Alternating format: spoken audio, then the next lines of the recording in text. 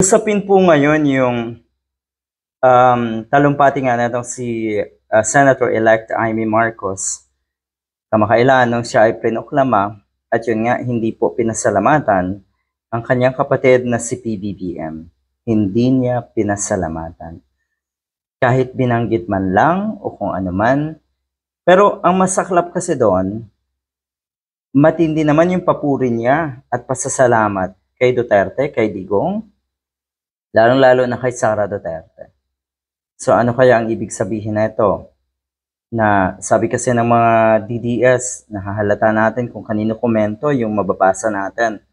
Na kuno ay nanindigan sa tama ang isang Amy Marcos. Yun ba talaga ang totoo? Nanindigan sa tama? Kasi kung tama ang mga Duterte, baliktad na po ang kaisipan ng mga kababayan natin.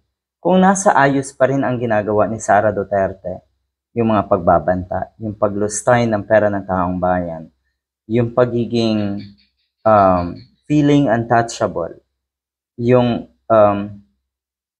pagbabaliwala sa proseso ng batas, sa proseso ng hearing halimbawa, sa budget, binaliwala niya lahat yun. Kasi ang iniisip niya, siya ay titirahin ng mga kongresista.